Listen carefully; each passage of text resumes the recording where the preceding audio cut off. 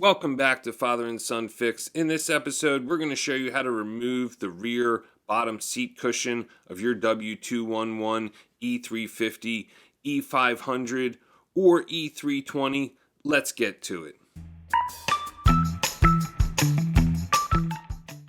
Now, to remove the seat cushion, you're going to need to release these two tabs that are located here near the edge of the seat cushion.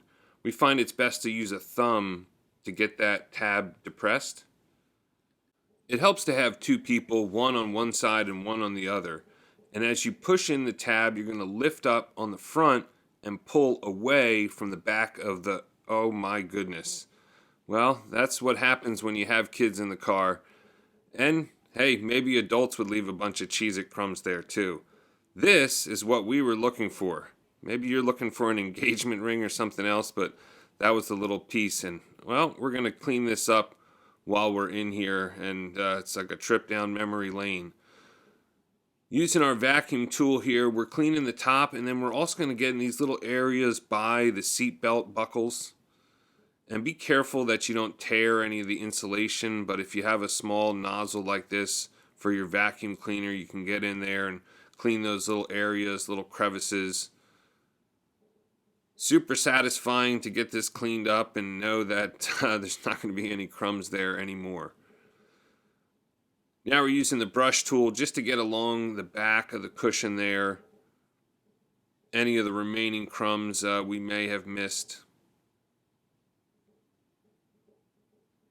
And just going lightly so that we don't damage the upholstery there on the seat bottom. Now when you're going back in, that's the post. And that's what you depress with your thumb. That's the post that's going to clip back in. And there's a little hole on either side as well as those tabs in the middle. You're going to want to make sure those metal tabs in the middle are lined up and aligned correctly so everything goes in smoothly. If one is bent, you might need to bend it back into place. And that's the hole where we're going to put the seat in. Now to put it in, you're going to wedge the back in first, just like you took it out. The back is going to go in first, and then once you've pushed that in, just like that, then making sure you have good contact on all the points, and then you can push down on both sides to secure it back into place. Might need to pull a little bit towards the back of the vehicle to get it to sit in there just right. Thanks for watching. We hope you have a great day. Consider subscribing if this helped you.